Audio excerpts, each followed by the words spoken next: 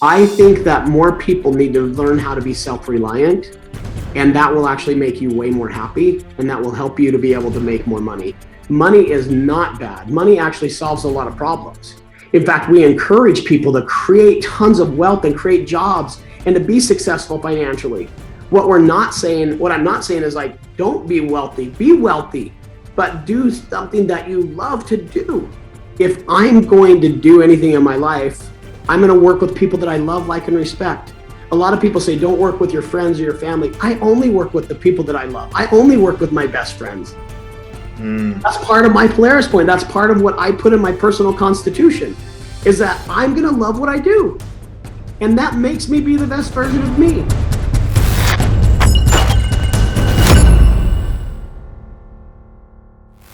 Hi, everyone. Welcome to another episode of the 2%, where we have yet another exciting conversation with a peak performer to help decode excellence and give you some of the strategies, tools, and techniques that you can use to close that gap between your current and best self. And I'm super thrilled to have on the show today Randy Garn, who we'll introduce in just a moment. But Randy, you want to say hi? It's great to have you on the show. Eric, dude, I think the last time we were together was in Puerto Rico. Nice, warm weather, and I've been watching you, following you. I'm so excited to be here with you guys.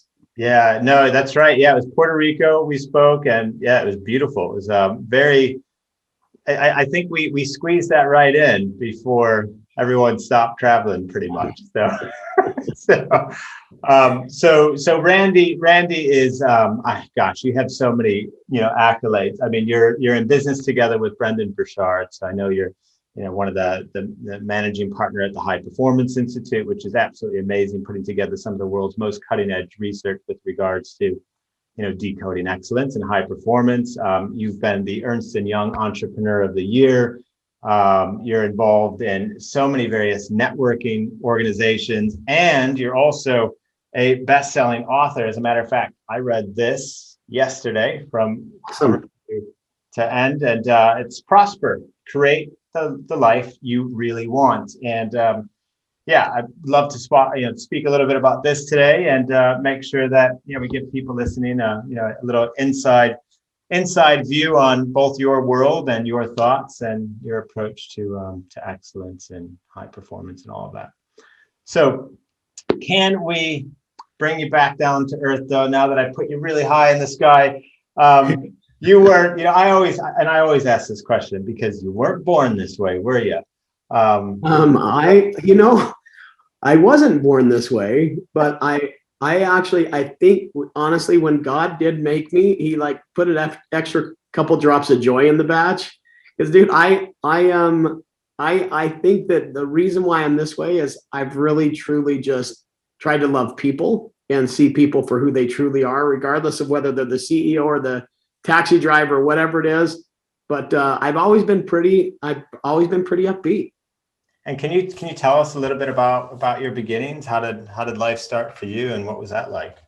Yeah, I grew up, and honestly, no, I really was formulated a lot through my father and through my mother. I grew up in a small little town in Sugar City, Idaho.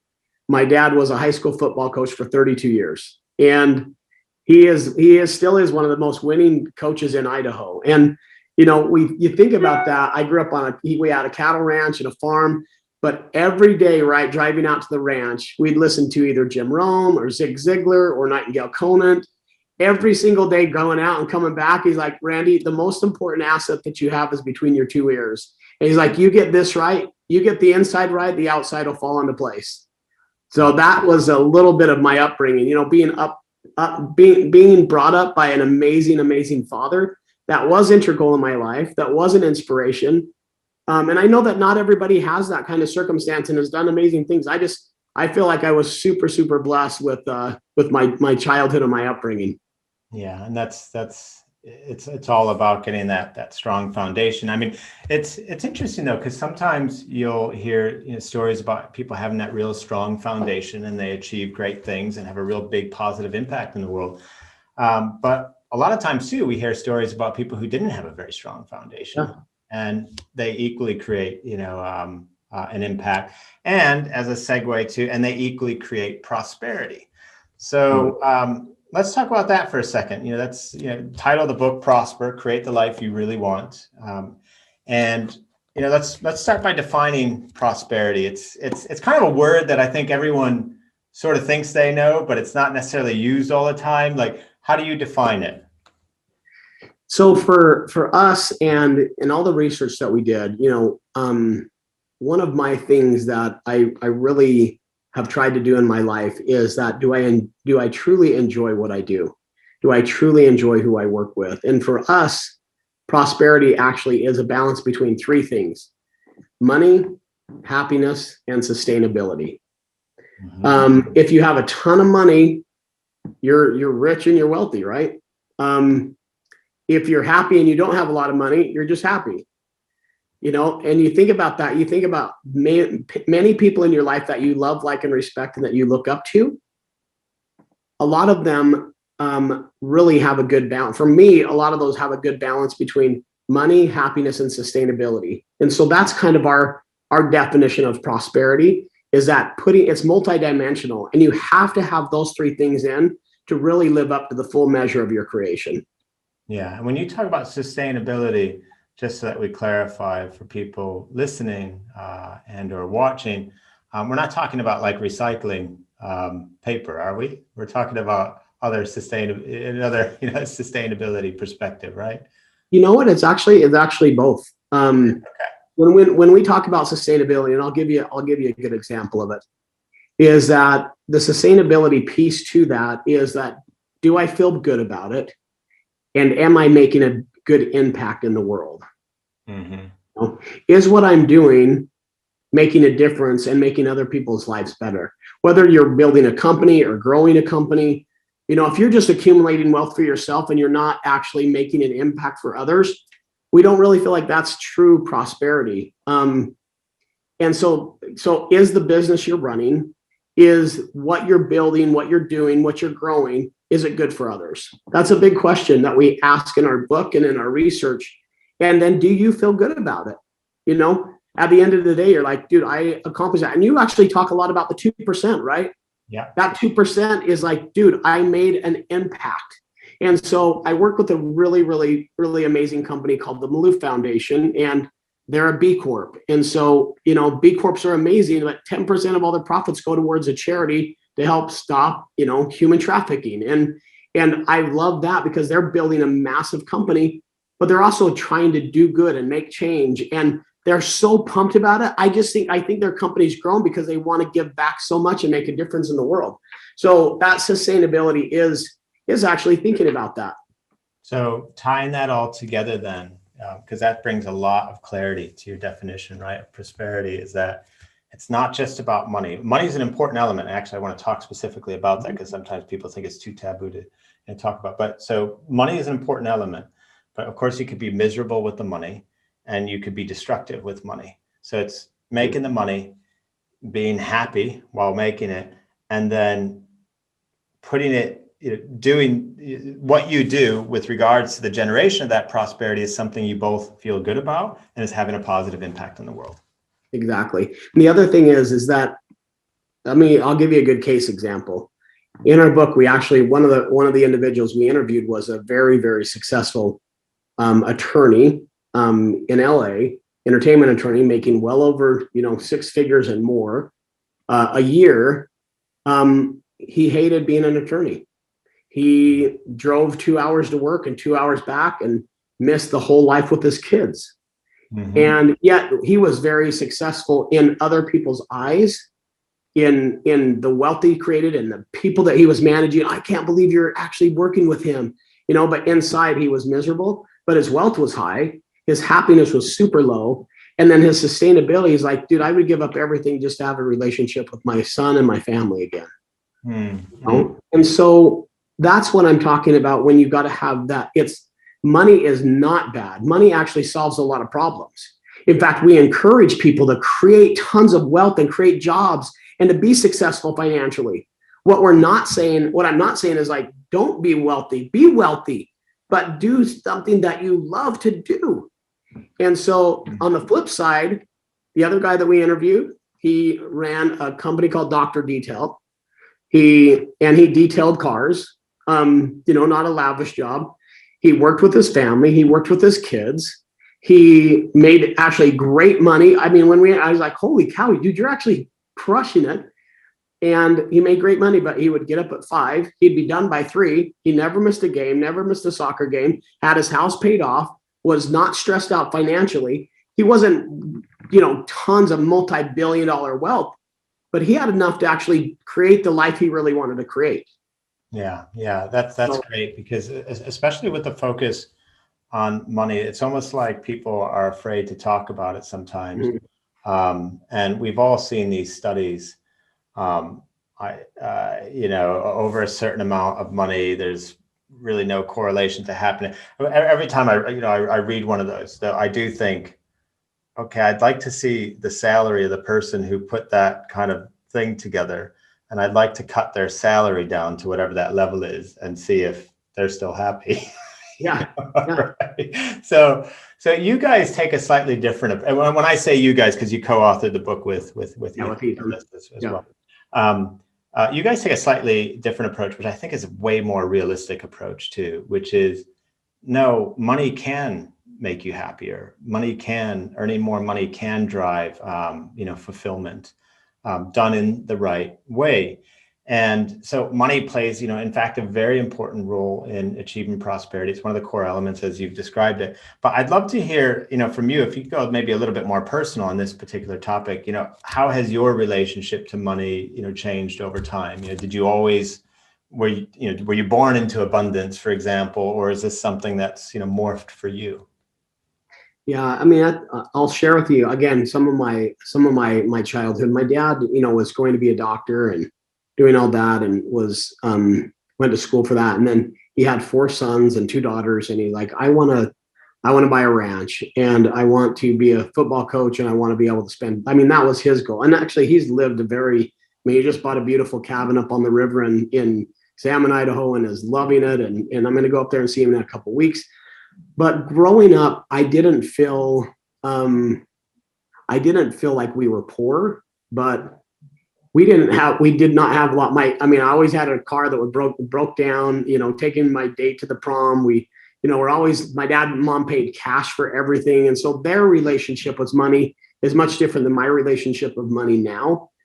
And so it was more of like, hey, let's just try to do that. So because of that, I kind of had to become an entrepreneur at an early age. And, the first thing that I did, I set up a miniature golf course on our property and charged money for doing that. I out of necessity, I learned how to be an entrepreneur.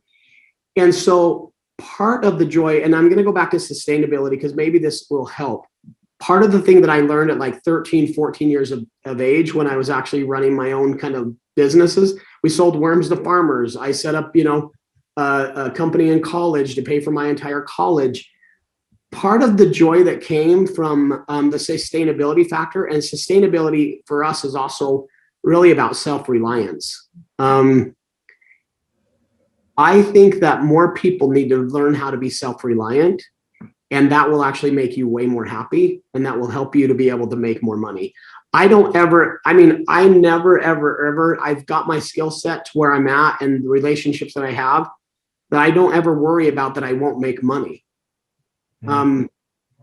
And so think about your life. If you feel confident that you can always generate an income on your own, whether that's being an entrepreneur somewhere, or whether that's creating your own business, whether it's a solopreneur, or whether it's being, you have to find that thing that you never, ever have to worry about money again, because you can create it.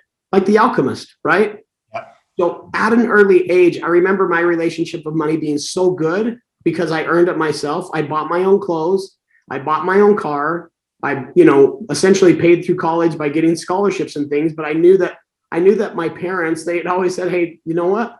We don't have a lot. You're going to need to figure this out. We've got to pay for our daughter's wedding.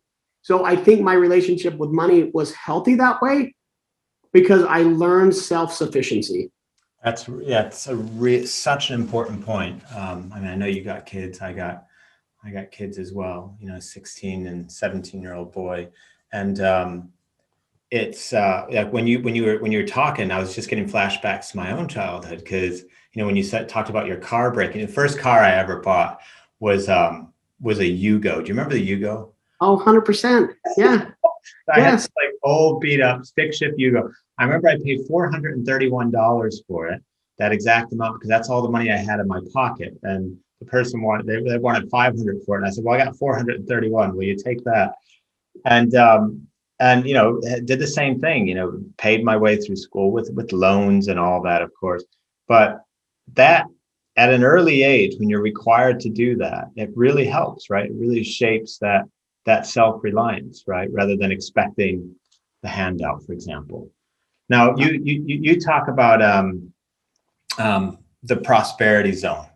Mm-hmm. Oh, wait, actually, I'm getting ahead, because the whole book is really your whole model here for achieving prosperity is linked to what you call the Polaris Point. Yeah.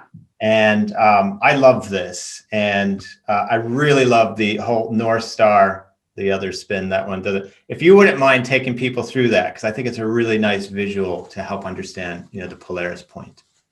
Well, honestly, this is where I think people need to spend their most time. And even working closely with Brendan Burchard on, the 6 most productive habits to learn, not what habits are the best, but which ones are actually help you to be a high performer and to live in that 2%, as you would say. Yeah. And is that you have to have real assurity on where you're going. And really, the Polaris Point in our book it's really a guide. The book Prosper really is kind of a step-by-step guide of some things that just give you a framework for your life. Am I making the kind of money I want? Am I happy doing it? And can I do it over long periods of time? Because if you don't have a clear vision of where you want to go, you'll be like a grasshopper. Great on takeoff, you'll never know where you want to land. And so my suggestion is that whether you're 65, 50, 30, 20, 18, and you're watching this, is to really find out and take time on what you were born to do and what you want to accomplish in those 3 things and living in your prosperity zone. And we really call it your Polaris Point. Where are you at the end of the day when you die? What will you be remembered for? And you have to continue to course correct. But too many people, if you don't have your own goals, somebody else will use you for theirs. That's what my dad always said. If you don't have your own goals, someone else will use you for theirs. And so are you clear on where you're going? Are you clear on your North Star? And most of the people that I talk to, most of the people that I coach, most of the people that we train, literally are kind of just wandering through this life like, going from here to there. So my suggestion is get really, really, really go up in the mountains, go to the ocean, go to where you want to spend some serious time and write down what you want to accomplish in your life and go do it. It's actually pretty profound, but I don't know very many people that do that. Now, I'm a humongous journal, and I always have been. And then when I meet Brendan too on the stuff we're working with, we've taken it to a whole nother level. But I know my 5 strategic initiatives that I want to accomplish in my life. And I'm actually evolving and getting better from that. So I journal every single night and I say, how did I do today? Mm-hmm. And then I have my whole plan out the next day, and it's on a course. And I say, am I going towards that? Because if you don't have clarity on, people will shoot emails to you, and then everybody will use you for what they want to do. Just think about it. I really look at my email as like everybody just putting stuff on my plate. So I don't check it that often. And I have a really, really awesome chief of staff that checks all of that and handles it so I can stay focused on what matters most. Nice. So your Polaris Point is linked to obviously the North Star with how you're naming this, and that it stays fairly stationary in the sky while all the other stars seem to swirl around. And so the idea here is that you discover and constantly fixate on that one thing, whereas everything else can be disturbed around you, but you stay fixated on, but what am I here for? What's my mission? What can I uniquely contribute to the world? How can I create an impact that perhaps someone else can't. Why? Because they're not me with my set of experiences, my purpose, my values, that sort of thing, right? 100. I mean, you just nailed it, Eric. Yeah, that's exactly right. Yeah. All of us have a unique ability. Yeah. And part of that is discovering what that is and then continuing to just develop it and be the very, very best at something. And it's like there's two times in our life, and I know you probably hear this a lot. There's two times in our life that we really find out, like when we were born, and then it's like why we were born. And that's what there's a framework in the book. And then, I mean, even in High Performing Habits, it's like seek clarity on what you're going to accomplish. And so we do have some pretty good framework around that. But the North Star is immovable. But it is really, really hard to find that personal strategy. It takes time and it takes continual effort. You got to keep making sure you're looking up at that star, which is why I have a one-page strategy right in front of my face all the time. Here's what I'm going to accomplish by the time I'm done. I remember you showed me in Puerto Rico your strategic initiatives and objectives framework, and it was beautiful. It was literally all on one page, just as you're saying. Yeah. My buddy Tyler Norton has really been a great guide with that, like really helping me see clearly, like literally, if not everybody, and also you think about leadership. So we have a lot of CEOs or leaders on this call, or if you're managing people, I always say, if you don't know where you're going, neither does anybody else you're leading. Yeah, exactly. And then, that feels pretty awful then, right? If you're being led by someone who appears to be walking across a minefield with a blindfold on. Yeah. It's like, follow me. I'm not so sure. Okay, cool. So you brought up another, because I can imagine someone listening to this, as I certainly also felt in the first half of my career. They could be listening, they could think, yeah, I get it, but I have no idea what I'm here to do uniquely.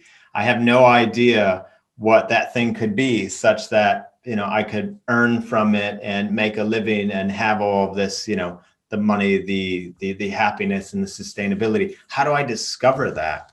Can you take us through maybe how you discovered, maybe what is your Polaris Point, or how would you define, and how did you discover yours?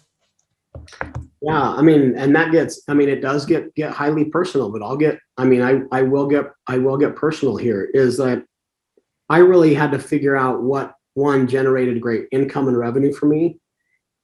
And, I've always loved human performance and human development. And kind of like you, like, how do we be the very, very best version of ourselves? I also found that I love teaching that. And my joy comes in my life from helping other people. Right. And I don't know any other way to do it. And if you know me, you know that I would almost rather see other people succeed and like be the guy behind the scenes and really help them grow. And that gives me joy. When I said, dude, look at what Dr. Sonia just did. She just crushed it on stage, and she's changing millions of women's lives. I love seeing my core group of people succeed. That became really apparent to me when we started our first company. We started our first company when I was a junior in college. I was like, I want to become the very, very best world's coaching company and training company and education company. And we really did build that. We had close to 900 employees and students in over 80 countries. And it was just so amazing. And I think about that. Was it hard work? Yes. But did we love it? Yes. Was it financially rewarding? Yes. Were we all aligned? Yes. Was it good for the customers and clients? Yes, it was awesome. We were getting tons of stories, and we still continue to. And so I really found that I was blessed to kind of know what I love to do. And maybe some of that comes from my dad, like teaching, coaching, and my dad held us accountable. And he said, dude, Randy, you can be whatever you want to be. He believed in us and showed us different ways. And so my Polaris Point, if I could come right down to it, everybody calls me Coach Garn. And my joy and satisfaction come from helping executives and leaders to just hit higher levels than they've ever hit. Yeah. The other thing that I love is I really, really love entrepreneurship and grit and investing. And so those are really my Polaris points are one, helping leaders be their very best. But then I really, really love watching a company grow from 1 million to 300 million and watching that company just excel and grow. But that really comes down to the person. And that helps helping them be the very best they can. So I'm all about human performance, leadership, coaching, growth is my Polaris point, and it's been just a wonderful, wonderful career. That's awesome. So you used a few words there that I think can help people with the self-discovery. So you talked about, like really enjoying serving others. You talked about being influenced in childhood, so from an early age. You talked about just loving it, and it all makes it sound like it's something where when you're doing this, when you're working, it doesn't feel like work for you. Yeah. Right? Like that we may not be able to differentiate between, is Coach Garn playing right now or is he working? I don't know. It's kind of like all blurred together, right? And that might be a good insight, I think, for a listener, is that if you're trying to discover your Polaris point, maybe think back to the times when you've been quote unquote doing something professional, but it didn't actually feel like you were at a job. You were just having fun, enjoying it, right? The hours went by. Now, I want to transition a little bit to. Let me just share with you too. Yeah. You said, one of the things that's really important that you said is like, how do you know when you're living? I'm going to share with you one of my favorite quotes. All right, it's the master in the art of living makes little distinction between his work and his play, his labor and his leisure, his mind and his body, his information and his recreation, his life and his religion. He hardly knows which is which. He simply pursues his vision of excellence at whatever he does, leaving others to decide whether he is working or playing. To him, he is always doing both. That's from James Michener, and it's right on my desk. It's in front of my face. That's cool. I love to work hard. I love to play hard. I take clients, I take business relationships, fishing. We hike, we do stuff that I love to do, but that helps you to get out. And so it's like, if I'm going to do anything in my life, I'm going to work with people that I love, like, and respect. A lot of people say, don't work with your friends or your family. I only work with the people that I love. I only work with my best friends. That's part of my Polaris point. That's part of what I put in my personal constitution, is that I'm going to love what I do. And that makes me be the best version of me. If you're grumpy at work and you don't want it, your energy is going to be low and you're not going to be excellent. It's not excellent. Nobody wants to be around you then. Totally. Yeah, no, that's really magical. And I love that quote, actually. Who is that by again? By James Michener. And I heard that from the CEO of Patagonia, shared it. Yeah. And amazing. I'll send it to you so you can share it with the readers. But that's one of my things. It's just like, and the other thing is, I really don't give a rip what other people think. I'm going to pursue my vision of excellence and do it. And those that I'm with in my circle and my really close friends and my close people, they know what I'm doing, but I'm leaving others to decide what I'm doing. Yeah, no, that's great. And I just want to pick up on some other interesting threads again here with some of the words you're using, the things you're saying. So you talked about working hard, and it makes me think of just absolutely brilliant study that I didn't even know that existed in your book, Prosper. And it talks about, because there's nothing wrong with working more than 8 hours, but what the study showed was that the disharmony happens when someone feels that they're working more than 3 hours more than their total desired hours for the week. So if they only want to be working 50 hours a week maximum, which is still more than an 8-hour day, but if they're required to work 55, then they start to feel unhappy. But if they work 53, it's still within the range. I thought that was quite interesting because there's nothing necessarily wrong, is there, with working hard? If that work and play blend together and you're having a positive impact on the world, then what's wrong with it? That study for me is One, it's bull crap. Right. Okay. See, it's not true. It is probably true. Yeah. And let me explain. So when I listen to that, they are interviewing people that aren't living in their Polaris Point. They aren't living Right. because they're looking at the clock. I don't even look at the clock. Like there's some days where I put in 12 hours, 16 hours. Did I love it? Heck yeah.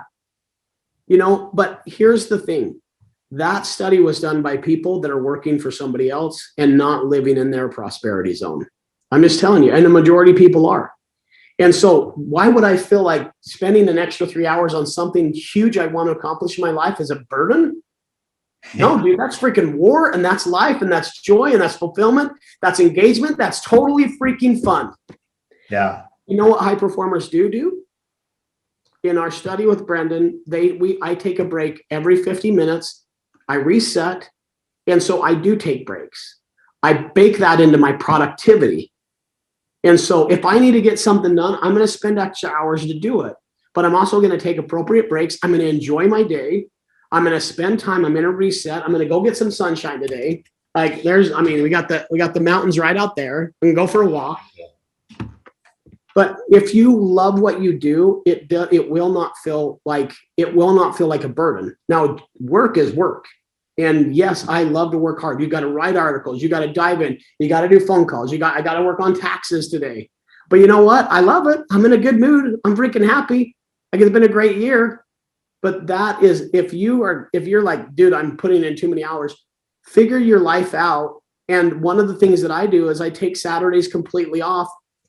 And I don't take it off. It's actually spent with my family, but it's scheduled.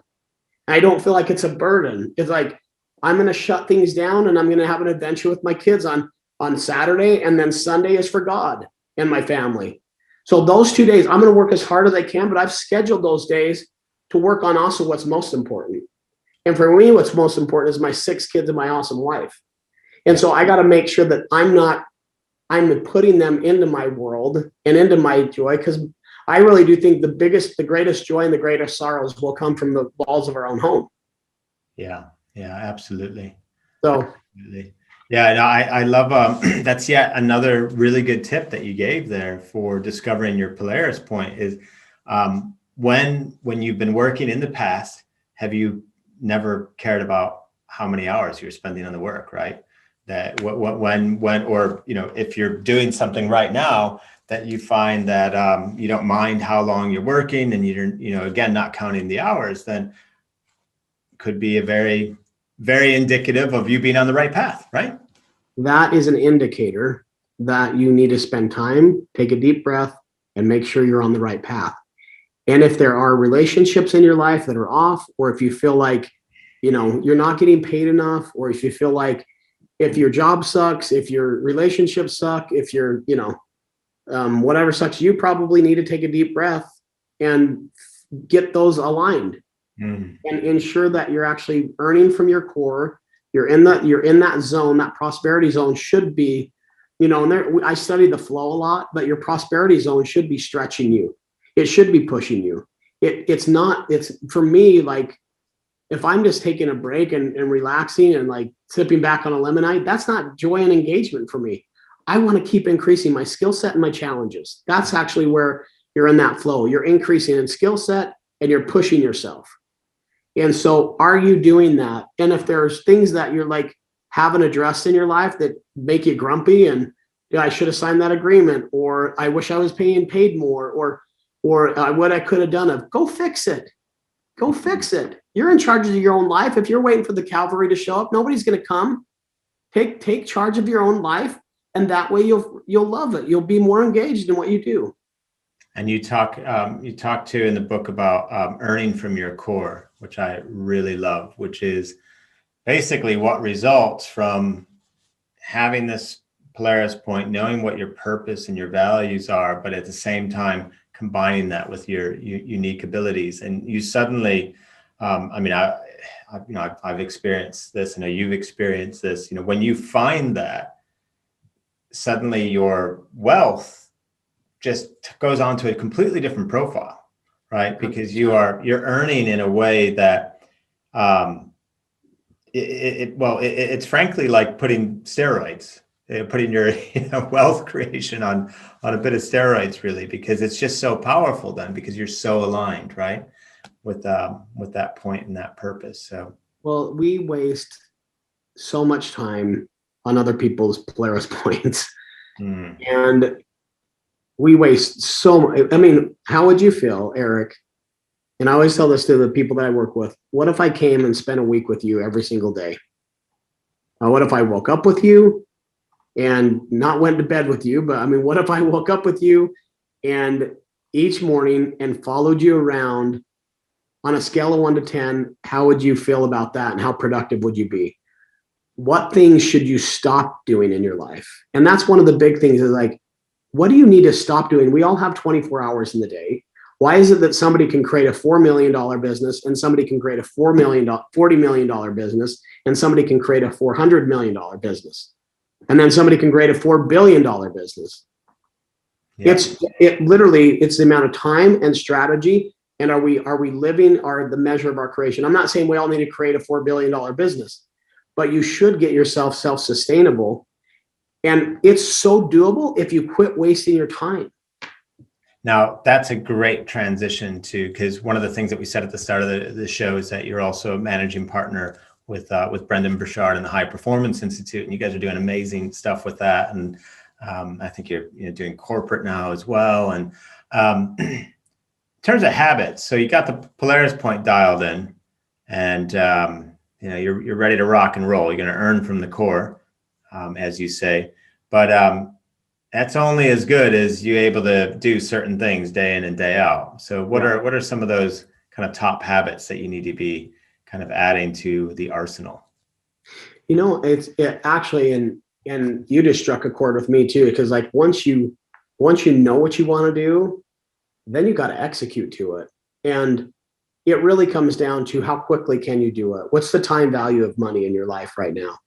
I got ran over by, I was getting ready for the Kona Ironman. I ran the Kona half Ironman last 2 years ago. It got shut down this COVID. I signed up for another one, but in my practice, in doing so, on one of our rides, a car ran a red light and ran right over top of me 2 years ago.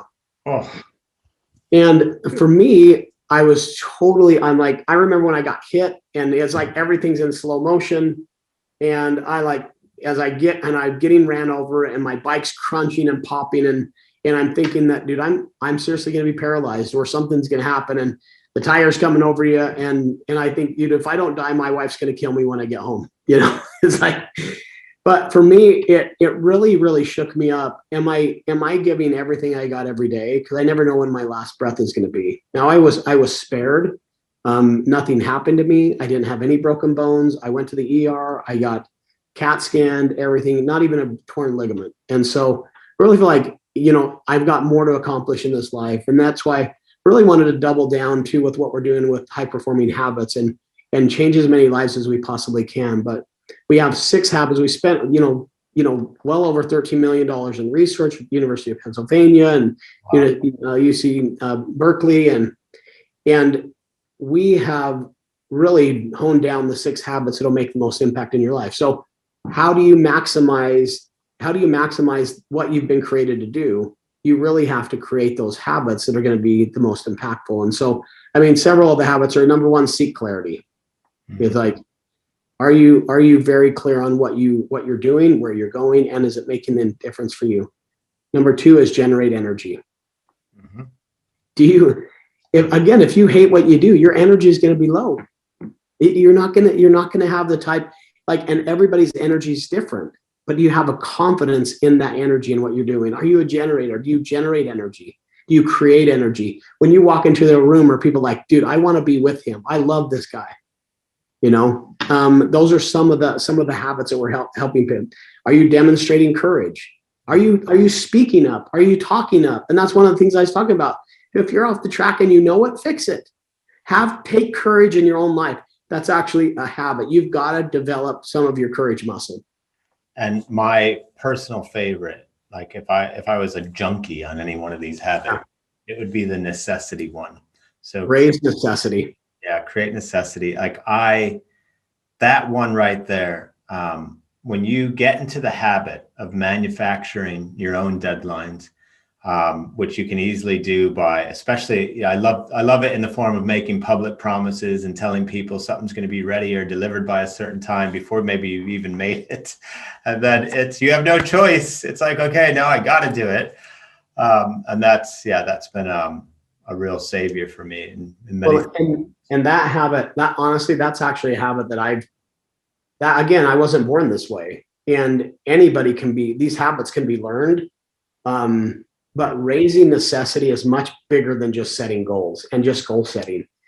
Raising necessity means that you're never going to miss them, and you're going to hold yourself accountable. Yeah. And for me too, I love Eric. It's one of my favorites as well. Yeah. And that helps you increase the other habit. The other 6 is increase productivity. Yeah. Are you productive? Yeah. Yeah. I'm with you on the, because with the necessity one, just going back to that for a moment, with the entrepreneurs and leaders that I coach, so you can come up with 10 different ways to improve productivity. You can come up with 10 different ways to lose weight. You can come up with 10 different plans to improve your relationship. It's less about the next best plan. For me, it's like the golden rule is just adherence, just stick. If you just stick to just one thing and consistently follow that through and have that necessity to, well, I've committed. So from a personal integrity basis, I must do this. Like right. You get committed to yourself. Exactly. So yeah, I personally love that one. Okay. One of the last questions here as we're getting to the end. I'd love for you to think, so let's go back to Prosper just for a moment. So I want you to think about, you only get the chance. This book, this system, it's just going to completely blow up and disappear after this. You get one last opportunity to pick one person on the planet who's alive today, one person who you think, if you could handhold through this process as a result, would have the biggest potential impact on the world. Who would you pick and why? Who would I personally pick to guide through it? Yeah. Oh man, that is a great question. Honestly, the person that first comes to mind is my wife. Nice. Like she's an entrepreneur. She's built and sold her own women's clothing company. But for me, that's probably the most important relationship in the world to me, because that's the home court advantage, and I really actually high performers, I talk a lot about the home court advantage. If things aren't right at home, it's really, really hard to have the energy and productivity you want to have, because your mind has to be super clear. And it would probably be a continuous relationship with her, because she handles everything. She's the CEO at home, but it would be us continually ensuring, not just me singularly that I'm living my Polaris Point, but now her and I together are actually heading in the same direction. Because just like your relationship with your wife or your business partner, like you have to be growing together. If one person is not growing and you keep growing, then you're going to drift apart. So for me, the first person that comes to my mind is my wife, Shar. She's hilarious and she's so fun. But it always hasn't been that way. When I was growing the business, and that's what I'm saying. It's like, I'm not perfect. I'm actually not saying I'm perfect. But our relationship now is better than ever. But how does it even get better? She was running her own company. I was running my own company. I had massive responsibility for the church that I belonged to. So we were like two ships crossing in the night in 2006, 7, 8. And then we decided, hey, we got to course correct. And so I think for me, it would be probably that relationship, which is most important. And I always think okay, let's imagine in heaven, everybody that you've ever met in your life, who would be the one person that you want to go to and give a huge hug with at the end of this life? Who would that be? That's who I would say you should take through the Prosper book. Love it. Reminds me, I often say to people, I say, hey, look, if you want to be a great leader, start by being a great spouse and parent, because leadership starts at home. And and it's, and I don't mean to lead your home like, hey, everyone, do this, do that. I think you know what I mean. Like, what's your role as a husband, as a father, as a wife and mother? And are you leading in that role as powerfully as you can, in a way that that you'd be proud of, right? So yeah, I'm totally with you. Last question, then we'll wrap it up with this one. You've helped so many people, right? You've impacted so many lives already. So you have such a rich set of data, and sometimes people just can't apply this stuff. They can't get going. What do you see as the number one limiting belief that holds people back? The number one limiting belief that I've come to understand is that to be successful, you have to accumulate things. You have to show things. And I mean, one of the things that I do love about working with Brendan, he's actually such an amazing human. Like Ethan and Brendan both are, and then the other guys that I'm working with, like at Tamarack and other places, and like we know what's most important. And I think that the biggest limiting belief is that you have to like accumulate a whole bunch of wealth to be successful and to live prosperity. And I actually, for me, it's coming to understand that people are more important than things. And my knowledge and my peace of mind are my most important thing to maintain. I think too many people chase things. They chase stuff. They chase things that are going to be hollow. And if they don't have them, they feel bad. They feel like they haven't succeeded. And I just think that's not that's a humongous limiting belief, is that if I don't have a big house, if I don't have a huge car, that I can't make an impact. It's just stinking thinking. It's false. And so for me, it's just like, you can start where you're at. And that's one of the things in the Prosper book is start where you're at, start with what you already have and be happy with that and grow it. And literally try to have just joy in your heart with where you're currently at, and quit worrying about where you want to be, and just be very, very present and give the best you can every single day. Live at your Polaris Point and go to bed well at night, because you've given it every single day your very, very best. And that's what I think is a massive limiting belief, is too many people chase stuff. Boom. There we go. Randy Garn, ladies and gentlemen. That's such a fantastic way to wrap that up, Randy. This book is Prosper. Highly recommend reading that, by Ethan Willis and Randy Garn. Randy, thanks so much for taking that. It's great to see you again.